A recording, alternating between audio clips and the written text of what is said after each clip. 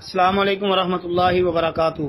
محترم بھائی نے لکھا جی سوال ہے کہ اگر کوئی کھاد کی بوری جس کی قیمت 1500 ہو اور وہ وہی بوری 6 ماہ کے ادھار پر 2000 کی دیتا ہے تو کیا یہ سود ہوگا؟ محترم بھائی، اس میں اہل فتویٰ کا اختلاف ہے، لیکن صحیح اور راجح بات وہ یہی معلوم ہوتی ہے کہ بھائی یہ درست نہیں ہے، یہ سود کی ہی شکل ہے کہ جس کی نقد قیمت اور ادھار اور ہو، یہ جائز نہیں ہے جی۔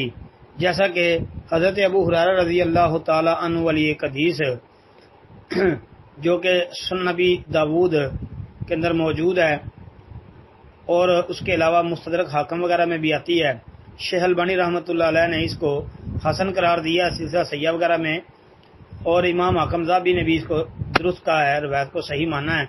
وہ روایت بڑی معروف ہے، من باع بیعتین فی بیعۃ فلہ او کسوہما او الربا، جو شخص کسی چیز کی 2 قیمتیں مقرر کرے گا وہ یا تو کم قیمت لے گا یا پھر وہ سود ہوگا۔ یہ کتنی واضح حدیث ہے۔ اور ابو ہریرہ رضی اللہ تعالی عنہ سے ہی ایک روایت ان سے مروی ہے جس میں ہے کہ نہا رسول اللہ صلی اللہ علیہ وسلم ہم بیعتین فی بیعتین، کہ نبی علیہ الصلوۃ والسلام نے منع فرمایا ہے ان بیعتین فی بیعتین، ایک چیز کی 2 قیمتیں مقرر کرنے سے، یعنی منع کر دیا ہے۔ یہ روایت جو ہے صحیح ابن حبان کے اندر اور جامع ترمذی کے اندر، اس کے علاوہ المنتقی ابن الجارود کی، اس میں بھی یہ موجود ہے۔